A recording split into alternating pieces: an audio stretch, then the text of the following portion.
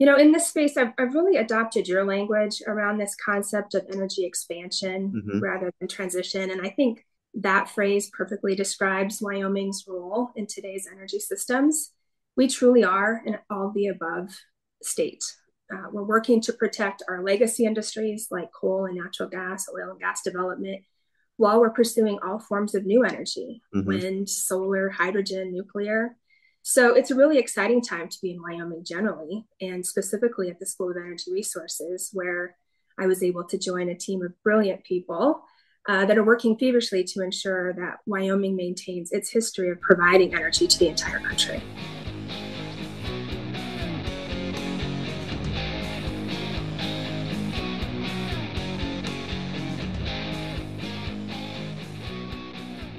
You're listening to Energy Solutions, a podcast from the Electric Power Supply Association. I'm your host, Todd Snitchler. That was Kara Fornstrom, our guest for this episode. She's the director of the University of Wyoming Center for Energy Regulatory and Policy Analysis, or SERPA. Kara has also served as director of state regulatory policy for the Southwest Power Pool and as chair of the Wyoming Public Service Commission. Wyoming is the top coal-producing state in the United States. But like much of the country, the state is transitioning to new sources of energy as well. This comes as the region faces reliability challenges from heat, drought, and other factors. In this episode, Kara and I discuss how Wyoming and other Western states are balancing the growth of lower carbon power sources with the need for a reliable grid and continued economic growth. Kara also shared how the work she is spearheading at SERPA is shedding new, data-driven light on how to tackle those questions with lessons for the rest of the country.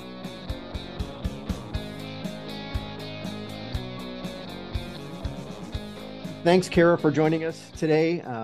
And Kara, before we start, I want to just kind of cover the waterfront with you. You have had a lot of roles in your career, and I think it would be helpful for listeners to kind of know a little bit about your background and what those roles were so that they understand kind of the perspective you bring when we talk about energy-related issues.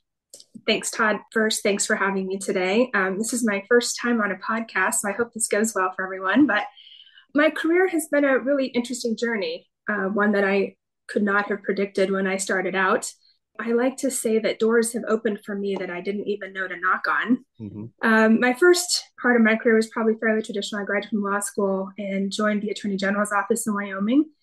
I was in the water division and got assigned to the Nebraska versus Wyoming litigation over the North Platte River. So I started my career on original jurisdiction case in the United States Supreme Court. It was fascinating, a big team of experts and attorneys, and I got to be low man on the totem pole and just learned so much from all of them. And then after I left the AG's office, I co-founded a law firm that focused on water and natural resource issues. Did that for about 13 years before I was approached by Governor Meade for an appointment to the Public Service Commission, for which I'm embarrassed to say I knew nothing about. But he was very patient with me and stuck with me anyway and appointed me to the commission, served 6 years under him, and then got reappointed by Governor Gordon in 2019. I became chairman of the commission at that time. So I left in January of 21. I served 8 years at the commission. And I left to join SPP, where I was director of regulatory affairs, mostly focused on the Western expansion efforts.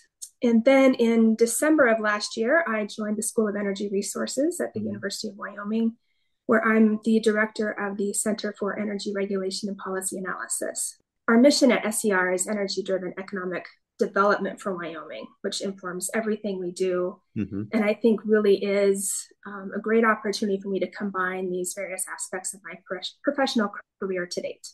Sure. And full disclosure, Kara and I met when we were both commissioners.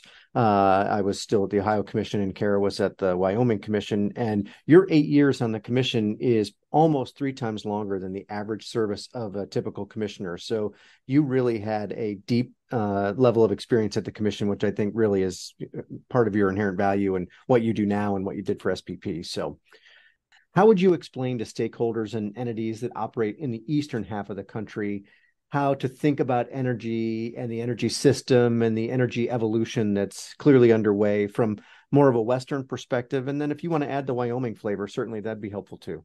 So the phrase, the West is different, is one I've been hearing since I Yeah. joined the commission, especially as it relates to electricity markets. Mm-hmm.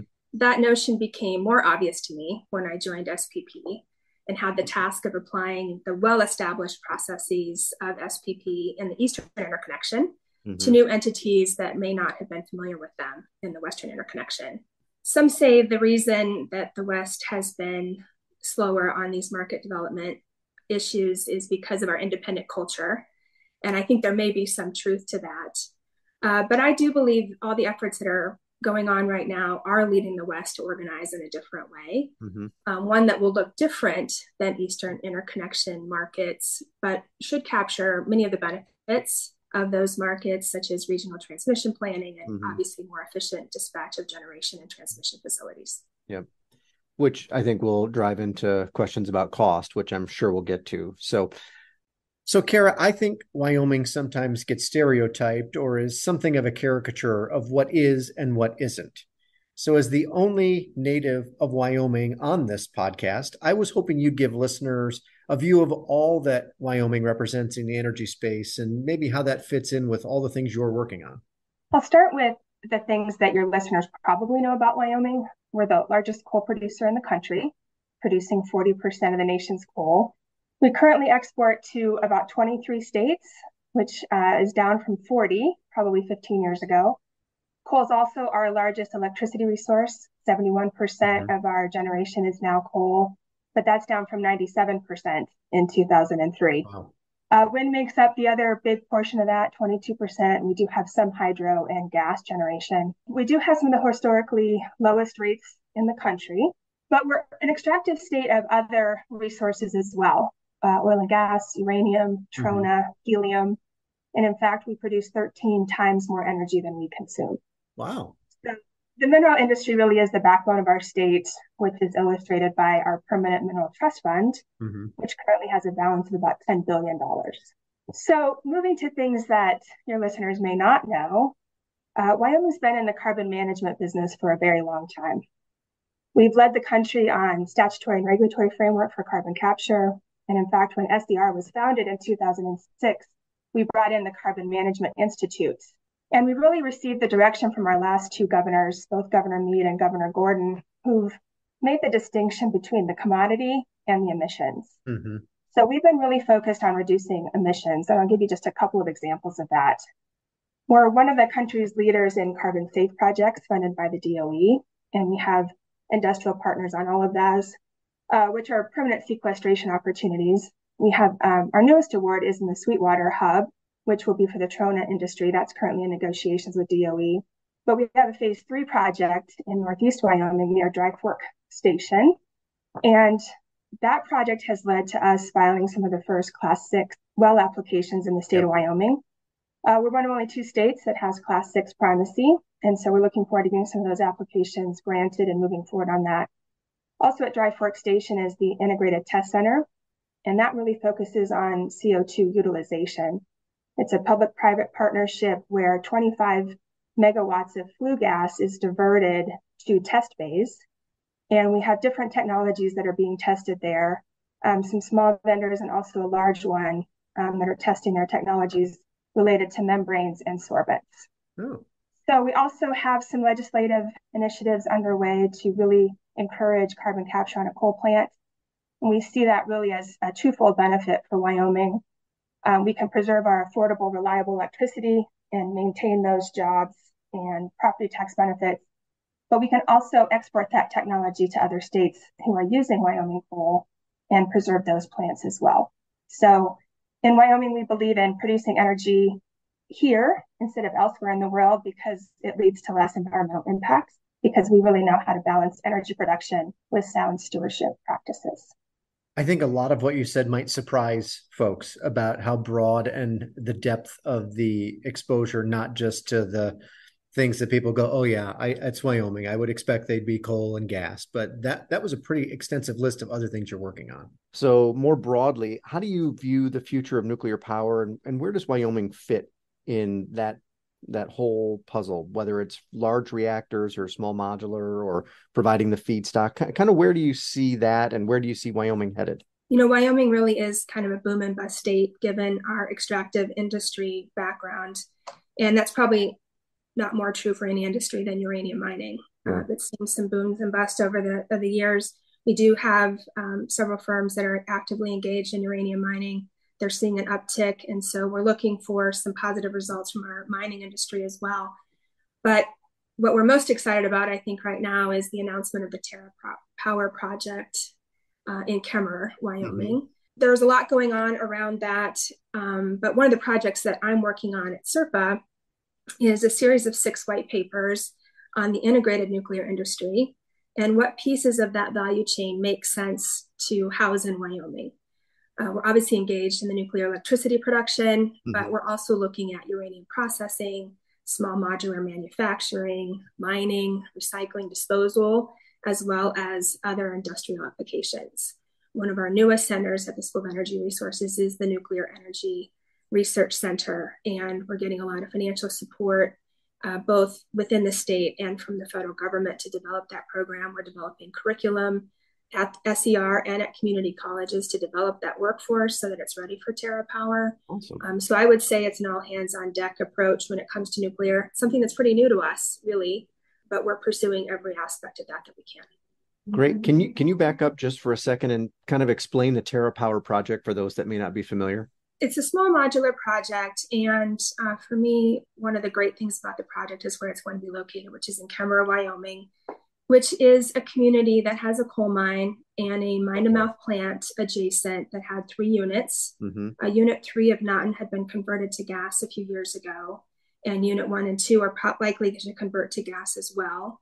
But that was a project that Rocky Mountain Power had identified as an early closure unit. Got it. And I remember going to Kemmerer a few years ago when that IRP was released, and I'm telling you, it was one of the longest nights of my life. It was just so difficult to hear residents talk about the devastating impacts that the closure of that plant would have on them. I think the figures are something like between the coal mine and the coal plant, it's about 85% of that county's property tax base. So it was devastating. So for TerraPower to come in, it makes sense from a transmission perspective. The company already owns the land. There's good transition for workers from the coal plant to the nuclear plant. And I was in Kemmerer last week, and I'm happy to report the entire tone of the community has completely changed from when I was there 4 years ago. There's a palpable buzz around town about that project and some others. And so I think that's what's been most exciting, is to see the turn of events of a coal plant that was proposed to be closed early and to find a new opportunity for that community in the nuclear industry. That's great. We may come back to you in the future and get regular updates on what may be going on there. So you've talked a little bit already about some of the work that you're doing at the university and the program that you kicked off and in fact have started from scratch. This seems to be a thing that you do repeatedly now. There was the law firm, you learned the regulator business, now you're learning the academic business. And I know you mentioned some of the research that you're doing, and there's already some work that's been done, and I know you've got other things in the pipeline. Can you talk a little bit about how you go about doing that and what you're focused on at the moment? I know you're chasing a lot of things, but there's a few core things that you're probably spending most of your time on. Kind of fill us in a little bit about what that is and how you hope that information can be used. Sure. Before I get into maybe the specifics of that, I'll give you a little bit of backdrop on what School of Energy Resources is. One of my favorite sayings is, if you're the smartest person in the room, you're in the wrong room. And that's never been a problem for me in my career, but it's the least problem I've had in this setting. I'm just surrounded by really brilliant people, a lot of PhDs who have spent their lives really immersed in these topics. So SER has 3 main components. We have an academic function, a research function, and outreach function. And we're seeing significant growth in all 3 of those areas. Our academic program is highly interdisciplinary, and it involves collaboration with the College of Engineering, College of Agriculture, College of Business, the Hobbs School of Environment and Natural Resources, our College of Law, and many others. Our primary function at SER is our research function, which is primarily funded by the state of Wyoming, but also competitive research grants. We've been awarded $80 million in the last year alone, which is leading to a lot of our growth. We collaborate with industry partners on most of those grants. And as I said, we're really organized around centers of excellence. So we have a center for geological research, Center for Carbon Capture and Conversion, Hydrogen Center. And then we have other centers across campus that are led in those different departments, like the Wind Energy Research Center, the Nuclear Energy Research Center, which I mentioned, Center for Air Quality, and a Center for Produced Water Management. So we really are addressing all aspects of the energy industry through these centers. And that really allows us to organize our research around the most critical and emerging topics in energy. So SERPA, which is the center that I direct, we work across all of our centers and try to identify those policy and regulatory issues that may rear their ugly heads as these innovative technologies are developed. And I think the best example I have for that is maybe in the hydrogen space. When we start talking about hydrogen pipelines, who's going to permit those? And once we decide that, what are the permitting parameters going to be around those pipelines? Do we need additional safety measures than perhaps we've had for oil and gas pipelines? So how would we go about that? And in my view, we can provide a competitive advantage in Wyoming if we have all of that streamlined and identified before the first application arrives. That's really some leading edge kind of work that you're leaning into, because of course, DOE has a number of hydrogen hubs that they are looking to support. And it's clearly one of the issues that has a lot of attention. It's kind of the new thing. And I think people have overlooked some of the practical things that I think you're looking to try to address on the front end. So having some model legislation or model safety related issues, that sounds like a fantastic place to start, because it will help accelerate some of this stuff as we go forward. So I like the practical, because sometimes people get concerned about academics that we're researching things that, so what becomes the answer. But this is a real world. Like, if you want to make it happen, these are some of the things you're going to need. So Kara, it sounds like you are working on a lot of things in your new role. Can you walk us through what some of your top projects are? Yes, we have a lot of exciting projects going on at SERPA specifically. I've talked about some of the other centers, but at SERPA, we're going to be soon publishing a paper on social license for Wyoming's energy future. Really interesting, because it captures both qualitative and quantitative data from Wyoming residents to determine how they feel about different aspects of energy development in our state. And that data has been really critical to inform our outreach efforts for educational purposes, as well as our ability to demonstrate that Wyoming remains a state proud of its history as a national energy leader and its willingness to embrace these new technology and opportunities. And we're finding a lot of places to be able to use that on other projects. We're also working on papers about hydrogen opportunities in Wyoming, regulation of pore space for permanent CO2 storage, where Wyoming is set in terms of our leadership on statutory and regulatory frameworks compared to perhaps our federal partners in our neighboring states. We're looking at a paper on, we're working on a paper on regulatory options for rate treatment of carbon capture facilities on utility-owned coal units. I mentioned the nuclear series and the reliability series, but we have a pipeline of research topics that we get from engaging with stakeholders and the policy support issues we have. So many topics in so little time, as they say, but we are going to be producing a lot of different papers on various aspects of what's going on in Wyoming. Are you taking additional work items? Because we could probably come up with a handful of things we might throw your way. Absolutely. That's what we like to have. We like to have our ear to the ground, know what people what they need to have some information about, and we put our team on it. Great. Be careful what you wish for.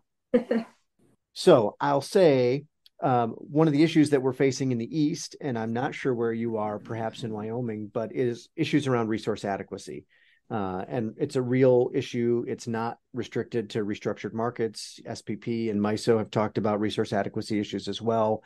And there's challenges of different varieties. So how are you focusing any of your work on issues about making sure that we have sufficient resource adequacy to keep the lights on and do it cost effectively? Is that an area that you're focusing on, or is that something that you think needs attention or needs more attention, or no, we've got it handled, you can move on to your next question, we're good?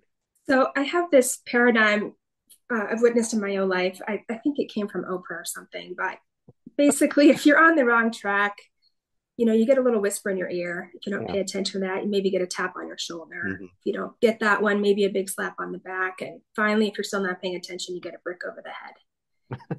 And that's really the best analogy I can come up with where I think we are in reliability, or what's going on with reliability. And I'm not really sure where we are on the spectrum with that. I think we're certainly past whispering in the ear. But even though it's not my job anymore, I really do worry about the brick. And so I do spend a lot of time thinking about reliability. You and I have had a lot of conversations about that. One of the things that we're doing at SERPA, we've launched a reliability series, which will be a series of white papers on a regular basis. I've been reluctant to commit to an actual time frame on that, but I'm working on the first one, which really is exploring the new vocabulary around resource adequacy, how the traditional standard of 1 in 10 doesn't seem to be working. Right. And introducing the reader to new methodologies and metrics being considered, such as expected unserved energy, including energy adequacy in the equation, effective load carrying capability. So the initiatives underway across the country, I think, really demonstrate the need to be thinking of resource adequacy as expanding rather than transitioning. It's clear that baseload resources are still very much needed to support the grid. And I think it's causing some rethinking about reliability attributes of various generation resources and the pace of integration of intermittent resources. So I think there's a lot going on in that space, and SERPA plans to be, I monitor it probably daily, and SERPA plans to be engaged in the research piece of exploring different components of that on a regular basis. If we can throw one more research topic on the top of your pile, I would add the expansion or the change to planning parameters is something that probably needs a little bit of investigation. We're using the same planning parameters that were, developed in the 1950s, and we're not in the 1950s anymore. So that would be one of the things, certainly from EPSA's perspective, that we're focused on, and I know NERC is focused on. Does there need to be a change in that? Are we using as you note, the wrong measuring stick? Because if you're measuring the wrong things, you're going to end up at the wrong outcome. So I think that work will be incredibly helpful. And maybe one more quick point on that. Yeah. I think the planning parameters are something that we're looking at.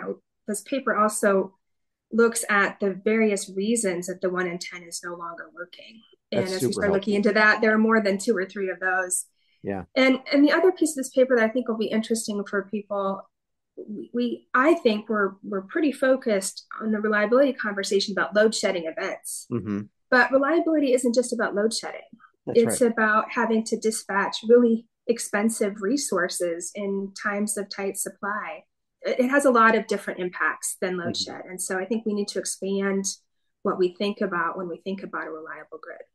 Yeah, I think that's a fair point. I mean, everybody thinks about those 5 or 10 days a year when it's super cold or it's super hot and the system's got to work. But those aren't the only days that the system's under stress. And I think as we see weather changing and as we see the impacts of hotter temperatures, that means that maybe your shoulder months aren't, when you do your maintenance on your equipment, aren't going to work like they used to. So how do you manage through some of the practical, back to your point about some of the practical things that you're looking at, that requires changing how we think about some of the ways we've done things for the better part of 100 years are going to have to be altered in order to make sure that we ensure reliability. So I love that you're broadening it to make it a bigger question that we have to look at.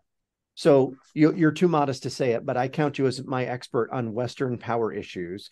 So I'm curious how you are viewing the issues around the Western RTO. You talked about it a little bit with your role at SPP, but it seems to be taking a different track in order to get from the beginning to execution than maybe some of the Eastern markets did. So I know Scott Miller has been on and talked with us a little bit about this. I know you know Scott, but I'm always interested in a variety of opinions because I'm sure everybody's got their own view about how it goes. How do you see things happening? How does Wyoming fit into some of this, both as an energy producer and an energy consumer in the value chain?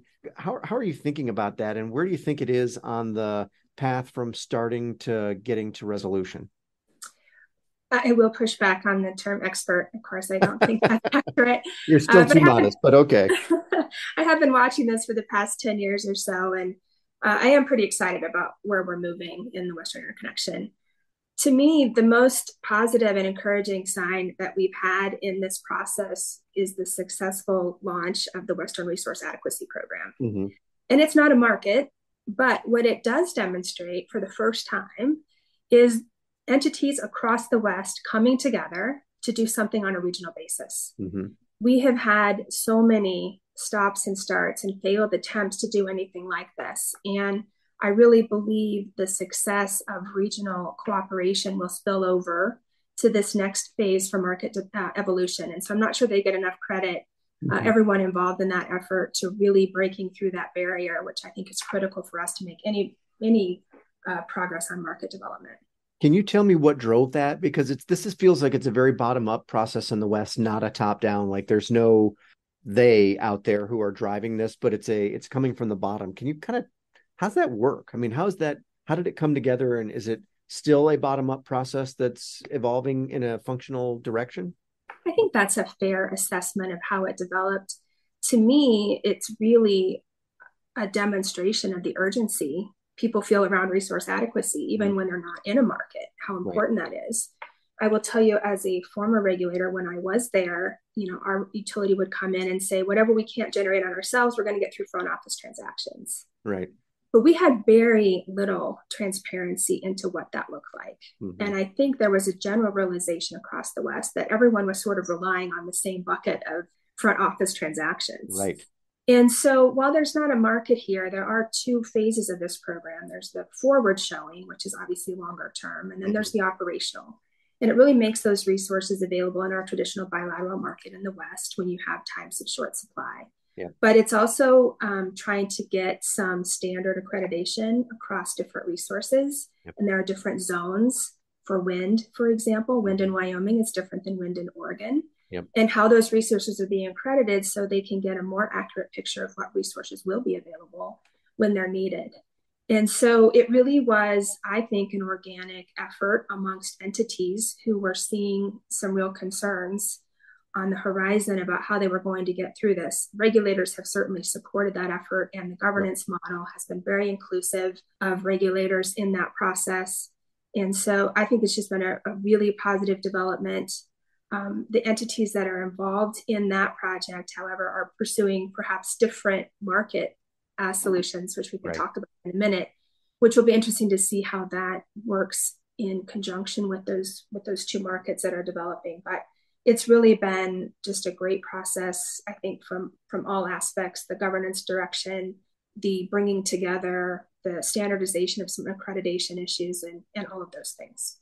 So this issue has come up a handful of times and a bunch of different ways. We've kind of talked around it, but haven't talked about it directly. So I'll ask you for your candid opinion about how we resolve some of the state-federal tension around resource choices and mandates, state policy choices, and how the impacts that they have on other state policy choices, how this plays into the development of a market in the West, how it's impacting markets that exist in the East, and some of the challenges that we as EPSA are facing, but also as a portion of the country that's trying to figure out how to avoid maybe some of the pitfalls that have been identified in other spots. How do you see resolution of some of this state-federal tension?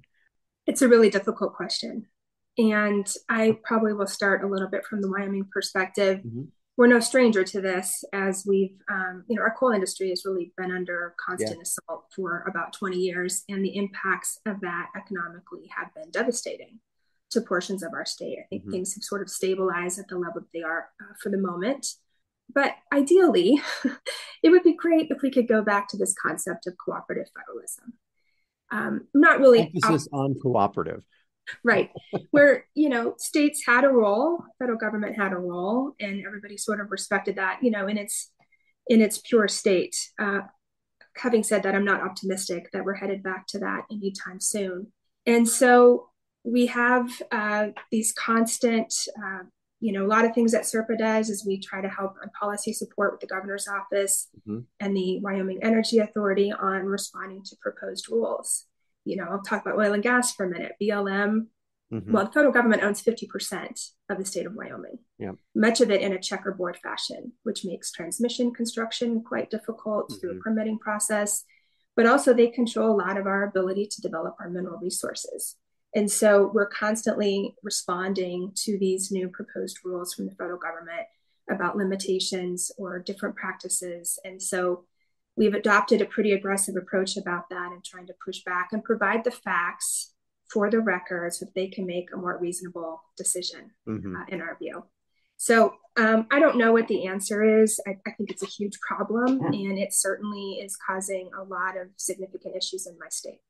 Well, on that optimistic note, I will ask you maybe a question that will allow your optimism to come through. So what do you see happening over the energy space in the next decade? Where are the opportunities that you think energy has to be really vital in, the next decade or so? Again, really difficult to predict, but it's great to be part of an organization at the School of Energy Resources where our mission is very clear, and it's the energy-driven economic development for Wyoming. So I know here we have the right people engaged across all of state government, obviously at the School of Energy Resources, great staff at the governor's office, the Wyoming Energy Authority, the Business Council, other state agencies. And we're really blessed to have the financial support of our legislature and the governor's office.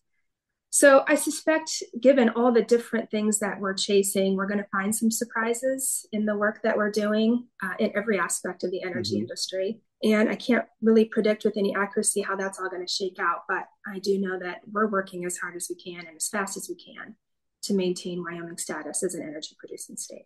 I will close with one final question. If there's one thing that you could fix or that you could change to help improve how you see where we stand in the energy space, what would it be, or what would you change? In my view, the most important thing that could change and provide the most significant progress is if we could get some regulatory certainty from the federal government. We're seeing big swings from administration to administration on these really critical issues. And in my view, it's chilling long-term investment. It's preventing innovation for baseload resources specifically. And so I'm not overly optimistic that we're going to get that. But if I could change anything, it would be that the federal government recognizes that how important regulatory certainty is for the investment of the kind of resources they're expecting for us to continue, to progress in the energy industry. Yeah, and I think that's true across the entire energy value chain. Our members are similarly situated. You don't make a 20 or 30-year investment decision on a 2 or a 4-year election cycle. It makes it impossible to deploy capital in a way that makes it make sense for investors, shareholders, or ratepayers, depending on your model. So anything that we have missed, Kara, that you want us to know about Wyoming or about the school or about the work that you're doing? I think it's easy reading headlines and going through all the things that we all read in the industry that we're in to get pretty down on where we are and where we're headed. But I remain an optimistic person. And I just feel really blessed to be working at SER, where everyone is enthusiastically focused on Wyoming's energy future. It's part of our blood. It's part of our proud history.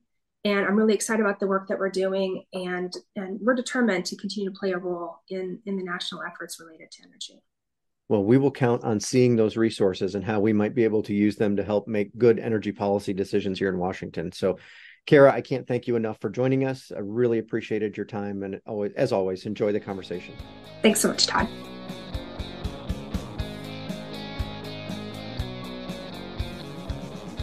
You can learn more about SERPA at www.uwyo.edu. And as always, follow along for competitive power news and updates at epsa.org. Thanks for listening to Energy Solutions. If you like this episode, please share it on social media or with your coworkers, friends, and family. You can also connect with us on X, formerly Twitter, at EPSA News, and on LinkedIn, and on Threads at Electric Power Supply. And subscribe, follow, leave a rating, or comment on Spotify, Apple Podcasts, Pandora, Google, or wherever you listen to podcasts.